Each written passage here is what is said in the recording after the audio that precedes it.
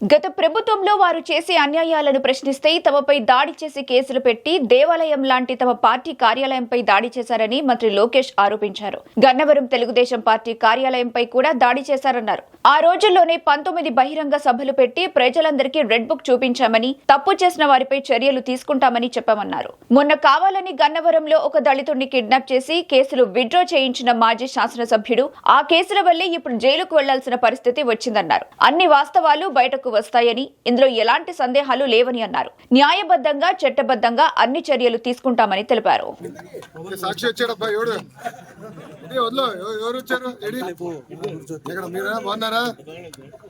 చాలా రోజులు మేడం గారు ఆఫీస్కి వెళ్ళారంట. కింద పెట్టండప్పా, కిందికి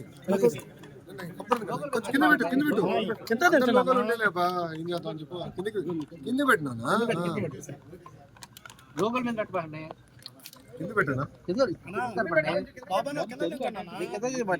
అందరికి నమస్కారం.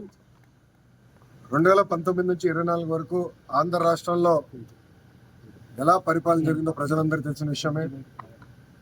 ఆనాడు ప్రతిపక్ష నేత కానివ్వండి, ప్రజాప్రతినిధులు కానివ్వండి, ఇతర పార్టీ నాయకులు మేమందరం కూడా ప్రజల తరపున ప్రజల సమస్యలపైన పోరాడాలని వెళ్ళినప్పుడు అడుగడుగునా మమ్మల్ని ఇబ్బంది పెడతాం జరిగింది. మమ్మల్ని రానిలేదు.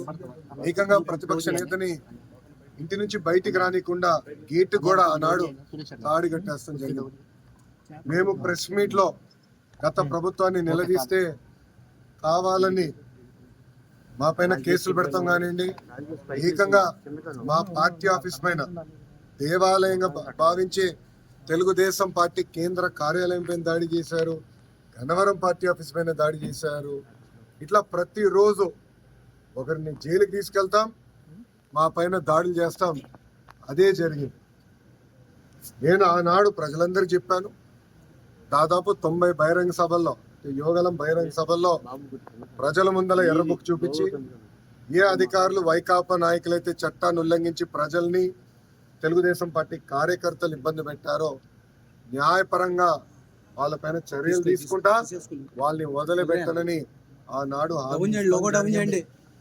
మొన్న కావాలని ఒక దళితుడిని కిడ్నాప్ చేసి కేసు విత్డ్రా చేయించారు ఇక్కడున్న మాజీ శాసనసభ్యుడు.